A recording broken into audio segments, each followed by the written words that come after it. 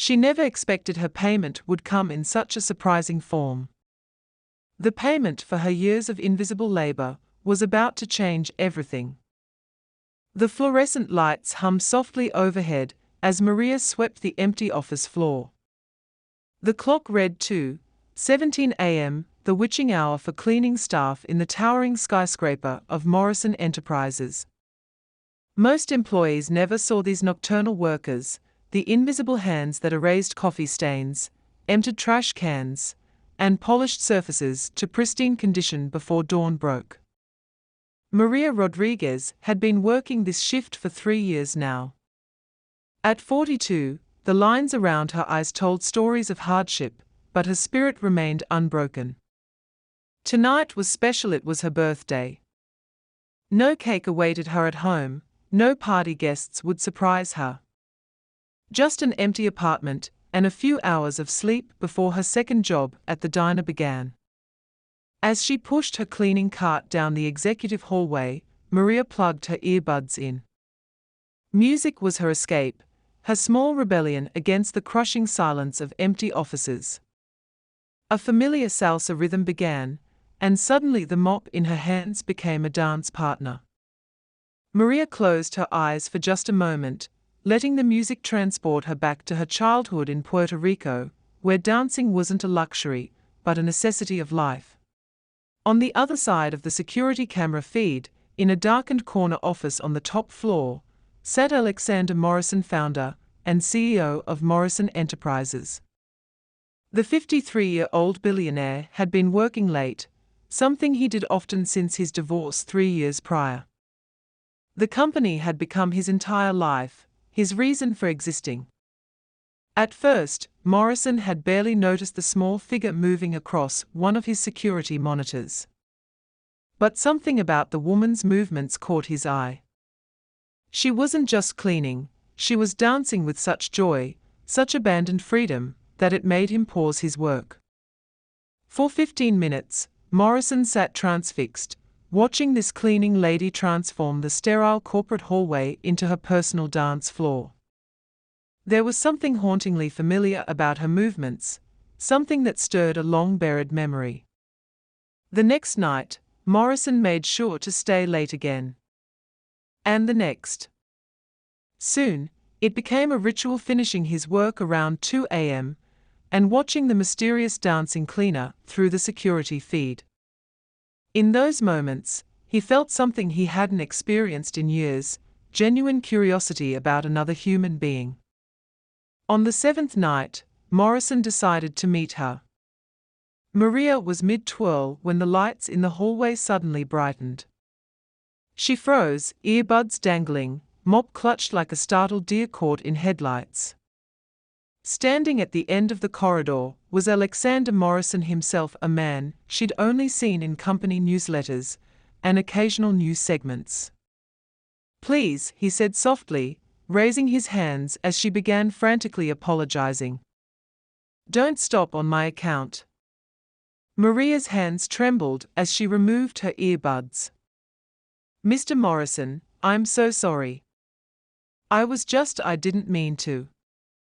"Where did you learn to dance like that?" Morrison asked, his voice strangely gentle. Maria blinked, confused by the question. "My mother taught me. In Ponce. It's a city in Puerto Rico," Morrison finished for her. "South Coast. Known for its colonial architecture and carnival celebrations." Now Maria was truly surprised. "You know Ponce?" Morrison nodded slowly, his eyes distant. "I spent some time there in my youth." "Your dancing? It reminded me of someone I knew a long time ago." An uncomfortable silence stretched between them, the billionaire CEO and the night cleaner, standing in a deserted hallway at 2:30 in the morning. "What's your name?" Morrison finally asked. "Maria Rodriguez, sir." Something flashed across Morrison's face, a micro-expression, so brief Maria almost missed it. Recognition. Shock. She couldn't tell. How long have you worked here, Maria? 3 years, sir. Night shift. Morrison nodded thoughtfully. And before that? Maria shifted uncomfortably. Why was the CEO interrogating her about her employment history in the middle of the night? I cleaned at Westfield Hospital for 5 years.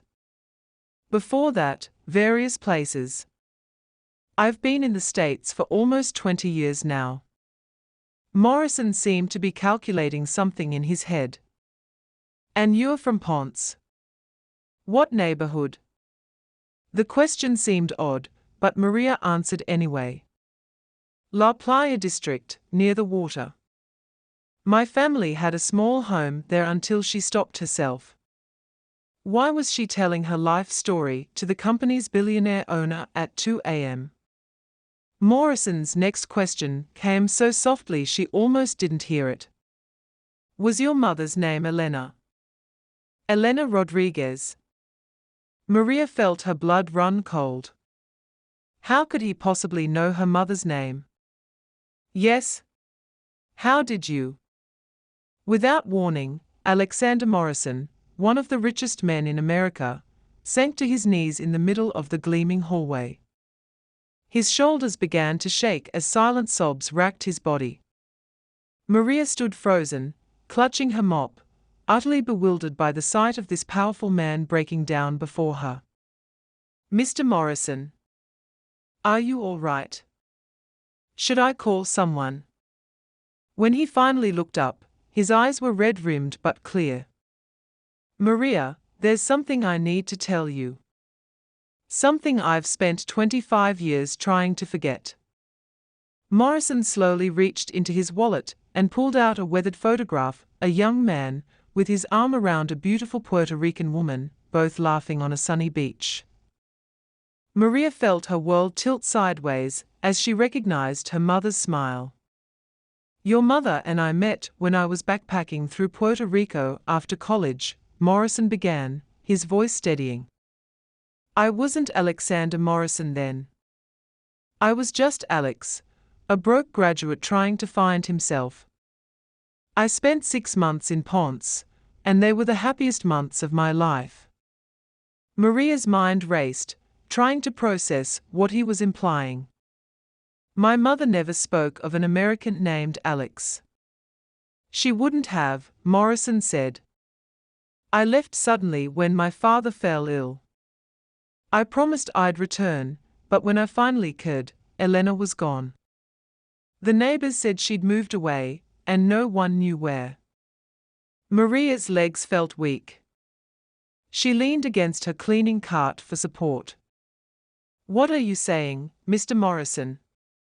Alexander Morrison rose from his knees, the photograph still trembling in his hand. When were you born, Maria? August 15th, 1982, she whispered, though she already knew where this was heading. Morrison closed his eyes. 9 months after I left Ponce. He opened his eyes again, looking directly at Maria. I never knew. I swear to you, I never knew Elena was pregnant when I left. The fluorescent lights suddenly seemed too bright, the hallway too small. Maria felt like she couldn't breathe. You're saying? You think you're your father, Morrison finished. I believe I'm your father, Maria. Maria shook her head, anger suddenly flaring. No. No, this is crazy. My mother raised me alone. We struggled every day. If you were really my father, where were you when we could barely afford food? Where were you when my mother died of cancer because we couldn't pay for proper treatment? Morrison flinched as if physically struck. I searched for her for both of you, but I had only a name. No internet back then, no social media. I hired private investigators, but Puerto Rico's records were chaotic, especially in the smaller communities. His voice cracked. I never stopped looking, Maria. And now, by some miracle, you've been working in my building for 3 years. Maria felt tears streaming down her face. This can't be happening. This is some kind of cruel joke. We can take a DNA test, Morrison said gently. But I know in my heart who you are. You dance exactly like your mother. It was your dancing that made me fall in love with her, and it was your dancing that helped me find you again. For several long moments, neither spoke. The only sound was the distant hum of the building's air conditioning system. Finally, Maria broke the silence. Why are you telling me this? What do you want from me? Morrison's answer was immediate. Nothing. I want to give you everything I should have given you for the past 40 years. I want to make up for lost time, if you'll let me. I don't need your charity, Maria said stiffly. It's not charity, Morrison replied. It's your birthright. Half of everything I've built should have been yours all along. Maria laughed bitterly. So what now? You write me a check and ease your conscience. Morrison shook his head. No. Now I ask for your forgiveness, though I don't deserve it. And I ask for a chance to know my daughter. He hesitated. And perhaps, to meet my grandchildren, if you have any. I have 2 children, Maria said softly. Louis is 19, studying engineering on scholarship. Sophia is 16, dreams of becoming a doctor, but doesn't think we can afford medical school. Morrison's eyes glistened. I have grandchildren, he whispered, as if testing the word. Would you tell me about them? And so, in the pre-dawn hours, seated on the floor of the executive hallway of Morrison Enterprises, Maria Rodriguez told Alexander Morrison about the family he never knew he had. She showed him pictures on her phone: Louis with his science fair medals, Sophia in her Quinsea-era dress. As dawn approached, Morrison made a decision. Maria, I'd like you to come to my office tomorrow, not as a cleaner, but as my guest. Bring any documentation you have about your mother, your birth certificate, anything. My lawyers will be there, and we'll start the process of making this right. Making what right? Maria asked warily. Everything, Morrison said. Your inheritance, your children's education, your mother's memory. And if the DNA test confirms what I already know in my heart, I want to announce to the world that I've found my daughter. Maria stood, smoothing her uniform. I need time to think, Mr. Morrison. This is overwhelming. Of course, he nodded. Take all the time you need. But please call me Alex. Mr. Morrison was my father. 3 weeks later, the headlines broke across business news worldwide. Morrison heir apparent, billionaire CEO discovers long-lost daughter. The DNA test had confirmed it. Maria Rodriguez was indeed Alexander Morrison's biological daughter. The corporate world was stunned when Morrison announced that Maria would be joining the company's board of directors after completing an executive education program at Harvard Business School. Her son Louis received an engineering internship at Morrison's tech division, and a trust was established ensuring Sophia could attend any medical school in the world. But the most meaningful change wasn't financial. In the Morrison mansion, where Alexander had lived alone for years, family dinners became a weekly tradition. Maria taught her father to cook the Puerto Rican dishes her mother had once made for her. Photos of Elena Rodriguez now hung prominently in the study, alongside pictures of Louis and Sophia. And sometimes, late at night, if you passed by the mansion's ballroom, you might catch a glimpse of an aging billionaire learning to salsa dance from his daughter, both of them laughing, making up for decades of lost time. 6 months after their hallway encounter, At Sophia's 17th birthday party, Alexander Morrison raised a toast that brought tears to everyone's eyes. "To the dance that brought us together," he said, looking at Maria. "And to Elena, who taught you how to dance and taught me how to love." Maria often wondered about the incredible coincidence that had brought her to work in her father's building, of all the places in America she could have ended up. But perhaps it wasn't coincidence at all. Perhaps her mother had been guiding her all along, leading her through the steps of a dance that would ultimately bring her home. When reporters asked how it felt to suddenly inherit billions, Maria's answer was simple: "The money means nothing compared to finding my father. Some payments can't be measured in dollars." And she was right. The true payment for those years of dancing alone in empty hallways, for the decades of struggle and uncertainty, wasn't financial security or social status. It was family found against all odds in the most unexpected of circumstances. As for Alexander Morrison, the man who once defined himself solely by his business achievements, he often told people that finding his daughter was the best deal he'd ever closed. "Everything before was just preparation," he would say. "My real life began the night I saw Maria dancing." Their story spread across social media, inspiring millions.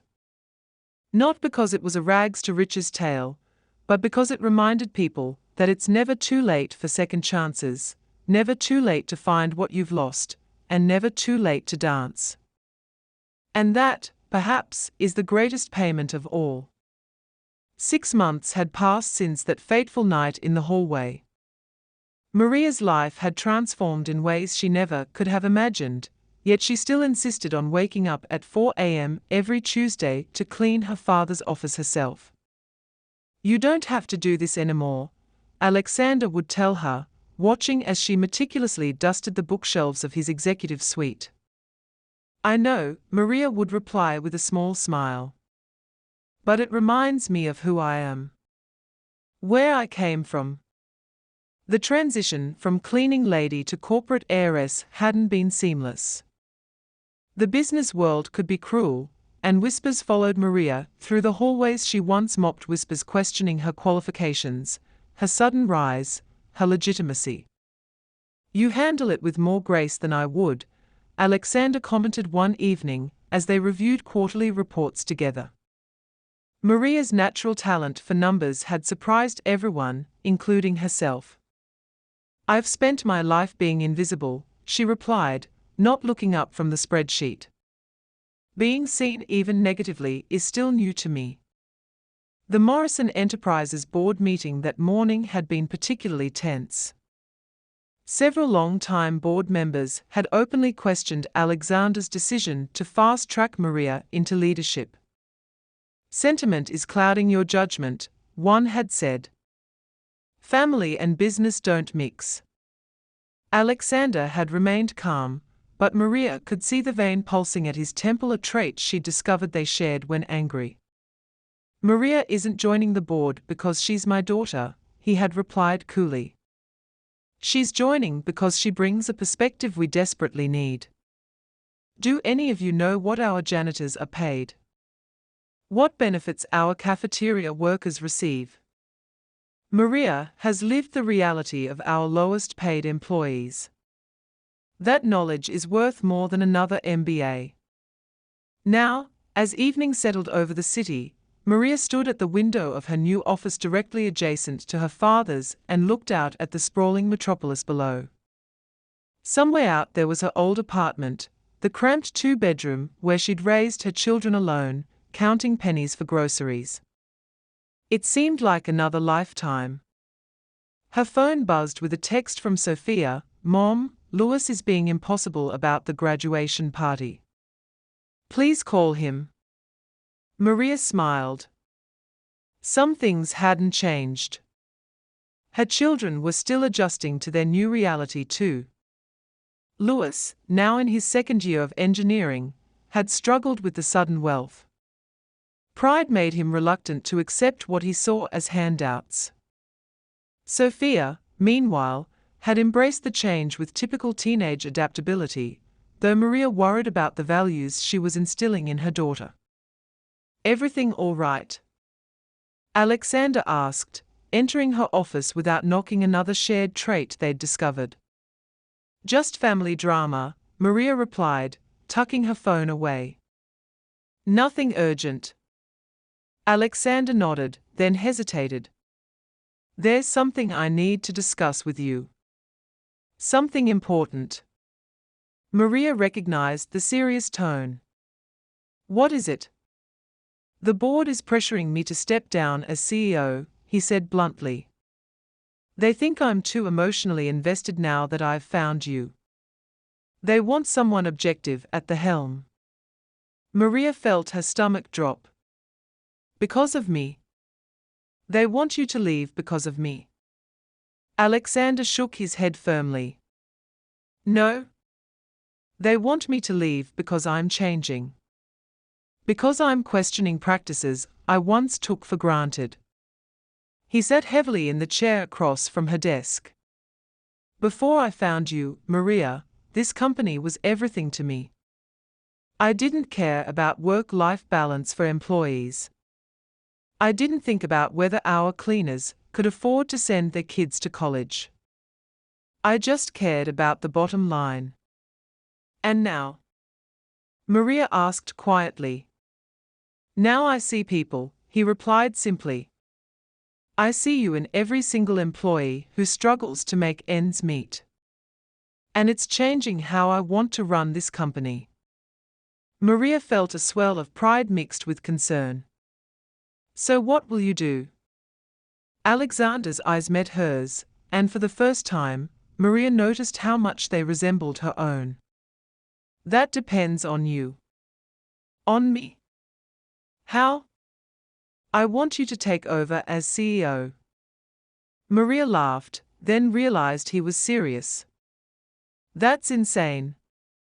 "I don't have the experience, the education."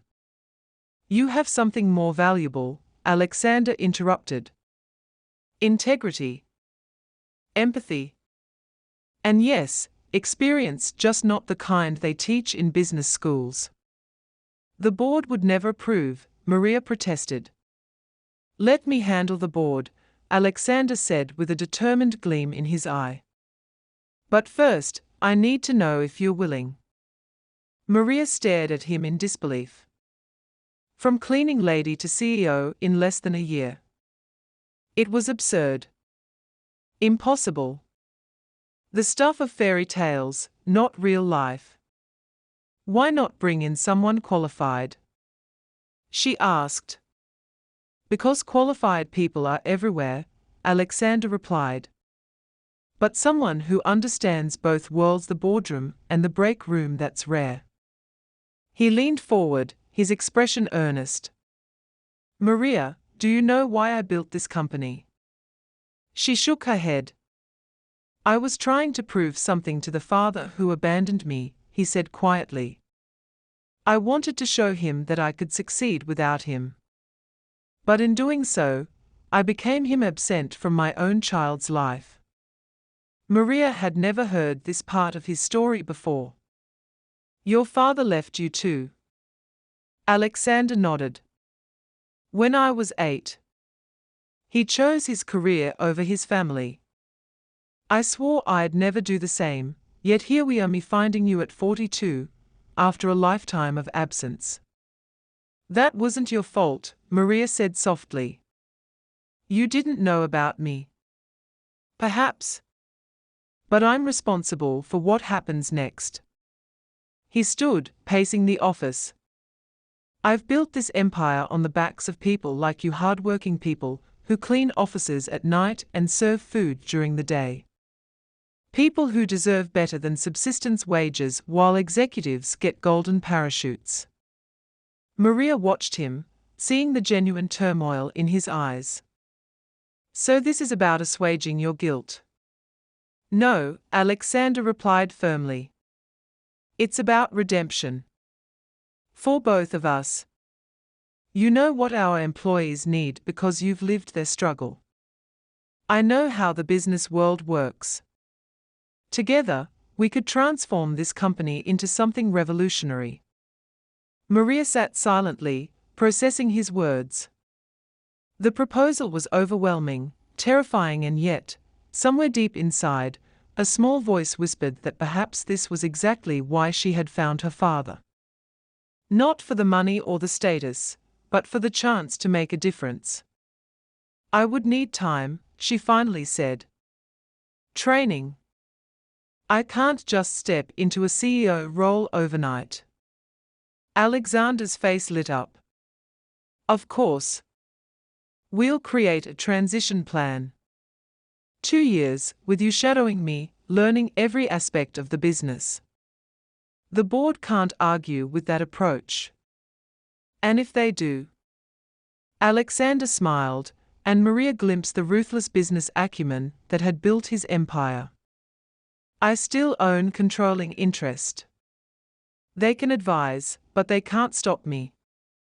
That night, Maria called a family meeting in their new home, a spacious, but modest house she had insisted on instead of moving into Alexander's mansion.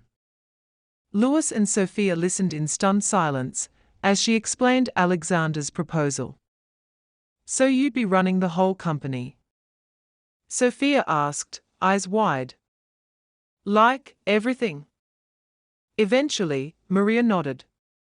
If I decide to accept. Louis, always more cautious, frowned. Mom, this sounds like a setup. What if he's using you? What if this is some kind of PR stunt? Maria understood her son's skepticism. I've considered that. But I don't think so. I think he genuinely wants to change things. But why you? Louis persisted. Why not someone with, actual business experience? Maria took a deep breath. Because I know what it's like to clean toilets for minimum wage. I know what it's like to choose between electricity and food. That's experience too, mijo. Just a different kind. Sophia bounced excitedly in her seat. I think you should do it, Mom. Show those stuffy board members what you're made of. Maria smiled at her daughter's enthusiasm. It's not about proving anything. It's about making a difference. Later that night, as Maria lay awake staring at the ceiling, she thought about the incredible journey of the past 6 months. From invisible cleaner to potential CEO, it seemed impossible. Yet here she was, at a crossroads she never could have imagined. Her phone buzzed with a text from Alexander. Whatever you decide, I'm proud to call you my daughter. Tears welled in Maria's eyes. All her life, she had wondered about the father she never knew. All her life, she had carried the weight of his absence. And now, against all odds, he was here offering not just acknowledgement but partnership. The next morning, Maria arrived at Morrison Enterprises before sunrise, not as a cleaner, but as a woman with purpose. She found Alexander in his office, already working. I'll do it, she said without preamble. But on one condition. Alexander looked up, surprised. Name it. We start at the bottom, Maria said firmly. Before I learn about boardrooms and shareholders, I want every executive in this company, including you, to spend 1 week doing the jobs of our lowest paid workers. Cleaning, cafeteria, mail room, all of it. Alexander stared at her, then slowly smiled. The board will have a collective heart attack. Good, Maria replied. Maybe then they'll understand why we need better health insurance for our staff. Alexander stood and extended his hand. Deal. We start with the janitorial staff. I think it's fitting. As they shook hands, Maria couldn't help but think of her mother, the woman who had raised her alone, who had taught her to dance through hardship, who had never stopped believing that someday, something wonderful would happen. Mom would be proud, she whispered, more to herself than to Alexander. But he heard her and nodded, his eyes shining with unshed tears. She raised an extraordinary daughter. And now, that daughter is going to change the world. 2 weeks later, the business world was rocked by headlines announcing Morrison Enterprises' revolutionary ground-up management training program. Photos of Alexander Morrison mopping floors alongside janitorial staff went viral. Interviews with stunned executives learning to operate cafeteria dishwashers dominated business news. And standing at the center of it all was Maria Rodriguez Morrison, the former cleaning lady, who had danced her way into a legacy. The payment for years of invisible labor had finally come due. And it was worth far more than money could ever buy. The ground-up program had been underway for 3 months, and Morrison Enterprises was changing in ways no one could have predicted. The initial skepticism from executives had gradually transformed into something unexpected: genuine understanding. Managers who had once casually denied vacation requests now witnessed firsthand the physical toll of standing for 8-hour shifts. Board members who had questioned healthcare expenditures experienced the reality of choosing between seeing a doctor and making rent. But not everyone embraced the transformation. "This is a corporate boardroom, not a social experiment," hissed Richard Whitman, the longest-serving board member, as he slammed a folder onto the conference table. "Profits are down 8% quarter-over-quarter. Shareholders are getting nervous." Maria sat quietly, absorbing the hostility directed her way. 6 other board members nodded in agreement with Whitman, their expressions ranging from concern to outright disdain. Alexander remained calm. "Short-term thinking, Richard. The initial costs of improving working conditions and benefits will be offset by increased productivity and reduced turnover. The data supports this." "Data?" Whitman scoffed. "Or your daughter's sob stories. We are not running a charity." "Careful," Alexander warned, his voice dropping dangerously low. Maria placed a gentle hand on her father's arm. "It's all right," she said, then turned to Whitman. "You worked in the mail room for your week of ground-up training, correct, Mr. Whitman?" The older man's face flushed. "I did my time in that ridiculous program, yes." "And you met Hector Rodriguez?" "No relation to me," Maria added with a small smile. "He's worked in our mail room for 22 years. Makes $13.75 an hour. Has never missed a day. He sorts approximately 2,000 pieces of mail daily, including your personal correspondence." Whitman shifted uncomfortably. "What's your point?" "Hector has diabetes," Maria continued. "Before our recent healthcare changes, he rationed his insulin because he couldn't afford the copay. 3 times last year, he was hospitalized due to complications, each hospitalization costing this company thousands in lost productivity and emergency healthcare costs." She opened her tablet and slid it toward Whitman. "This graph shows Hector's productivity since the healthcare changes. Up 37%. Multiply that by the 300 employees in similar situations, and you'll see why our temporary profit dip is actually an investment." The room fell silent as Whitman studied the data, his frown deepening. "We are not asking for charity," Maria continued.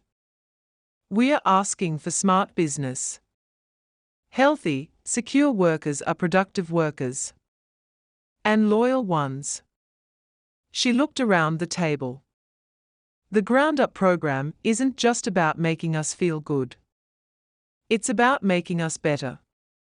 After the meeting, Alexander pulled Maria aside.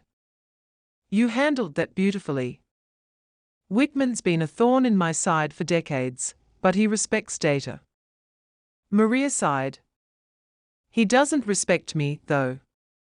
"None of them do." They see me as the cleaning lady who got lucky.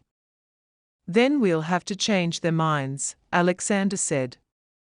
Which brings me to why I wanted to talk to you. I've been thinking about your mother a lot lately. Maria's expression softened. So have I. There's something I've been meaning to show you. Alexander led her to his office and unlocked a drawer she'd never seen opened before. From it, he withdrew a small wooden box.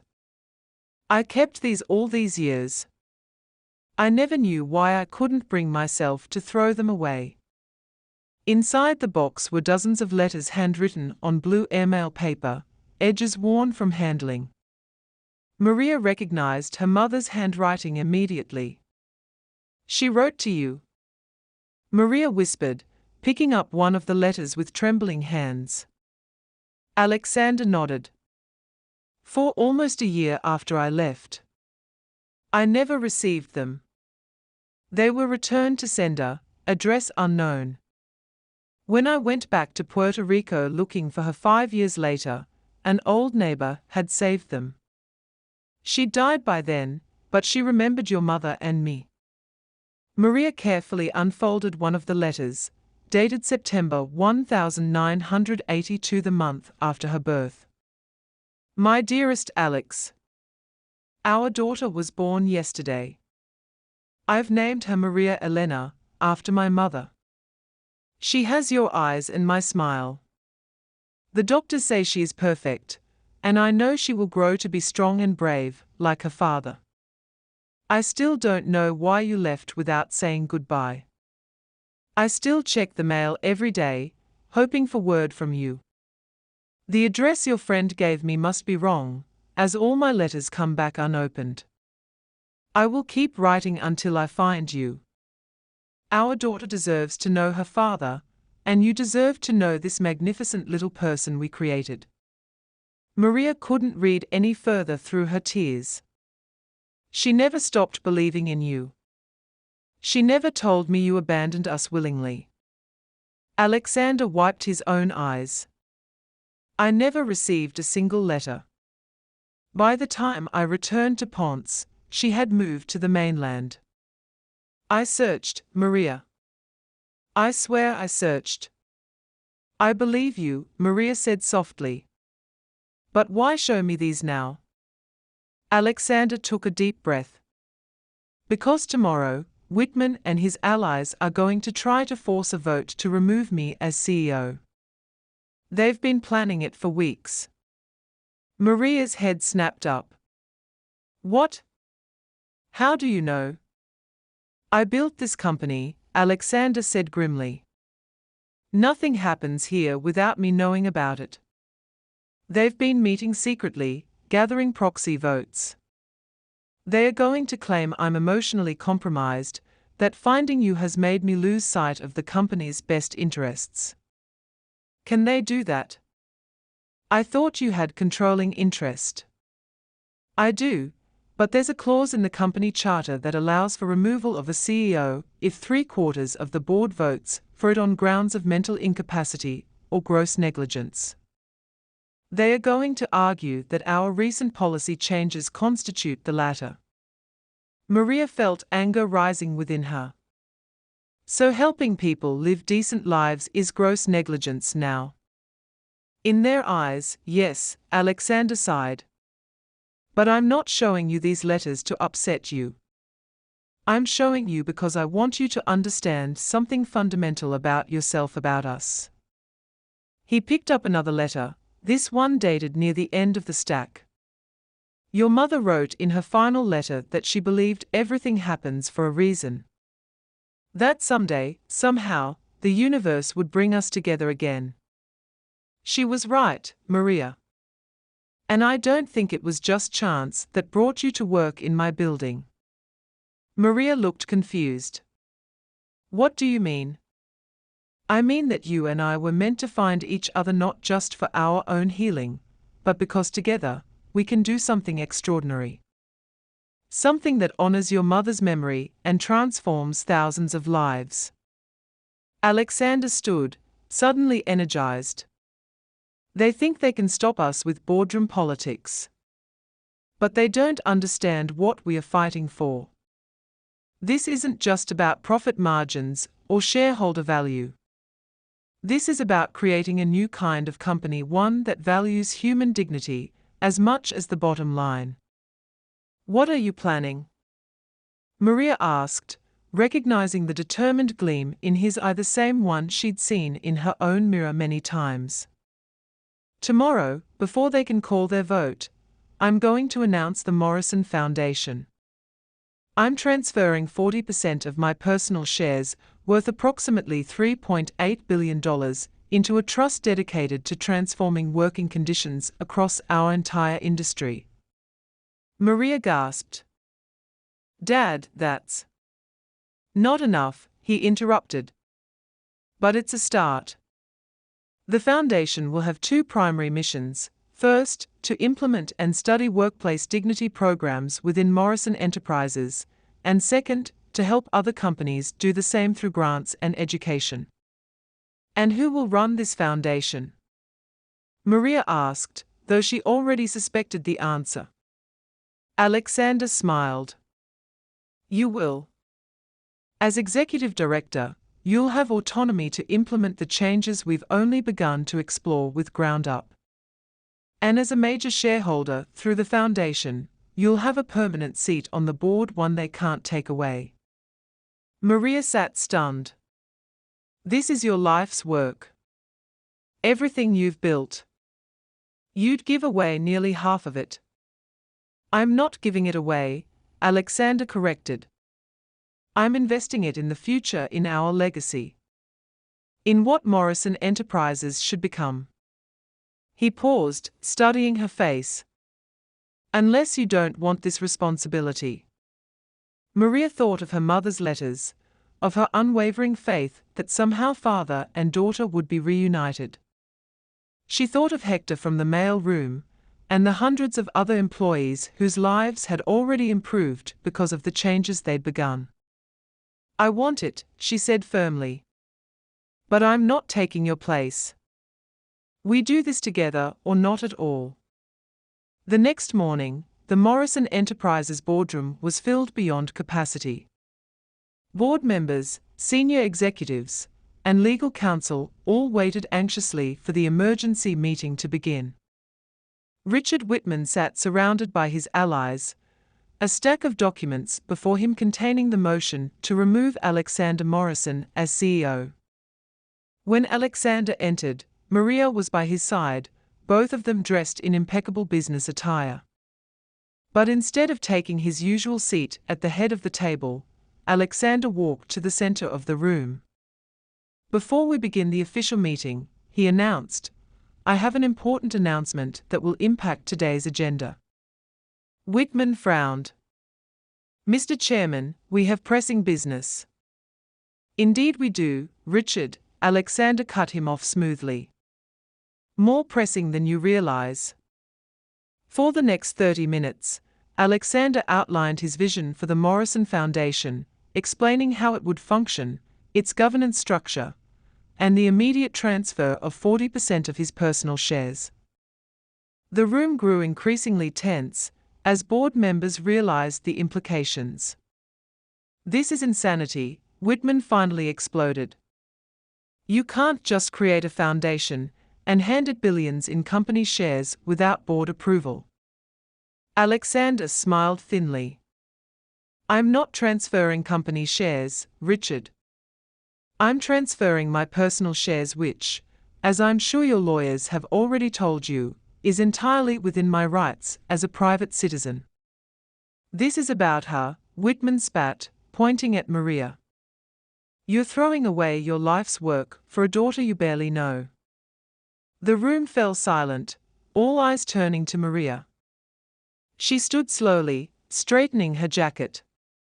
Mr. Whitman, she said, her voice steady despite her racing heart, I spent 20 years wondering why my father abandoned me.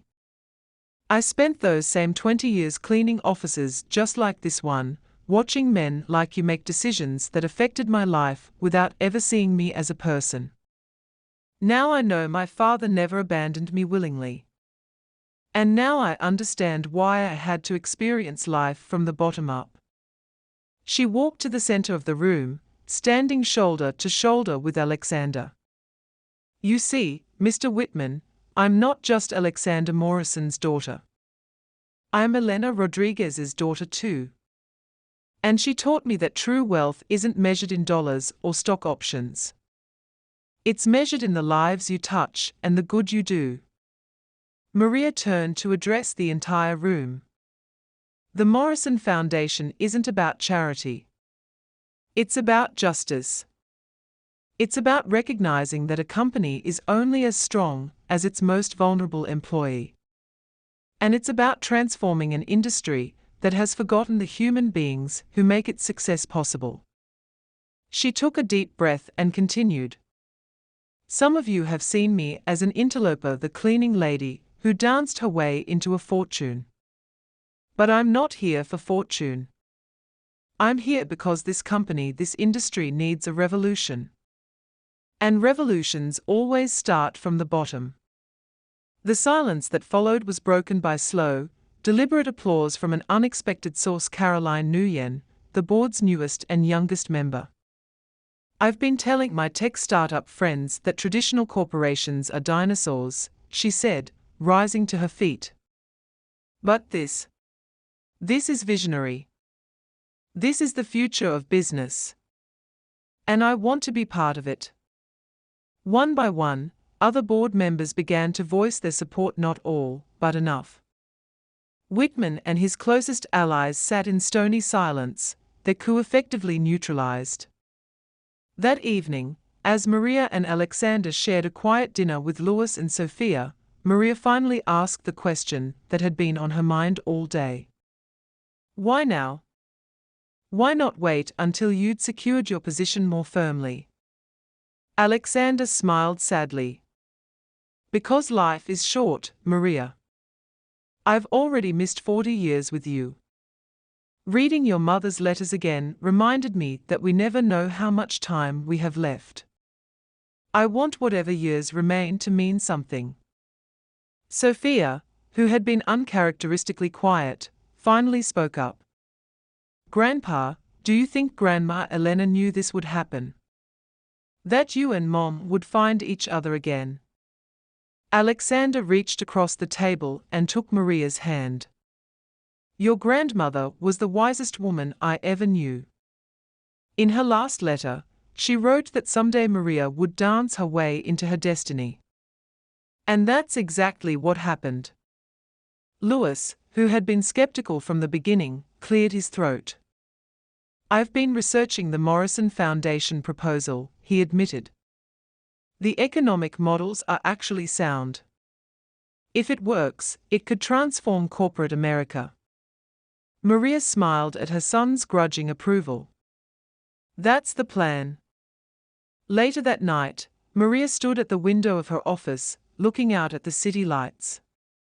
On her desk lay the photo of her mother and Alexander young, in love, full of hope on that Puerto Rican beach so many years ago. We are doing it, Mama, she whispered to the night sky. We are changing things, just like you always said we could. Her phone buzzed with a text from Alexander, meeting with Labor tomorrow. 9 a.m.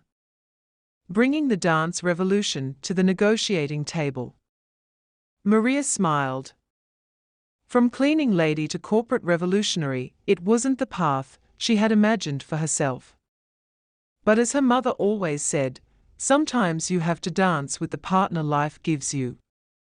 And sometimes, if you're very lucky, that partner turns out to be the one you've been waiting for all along.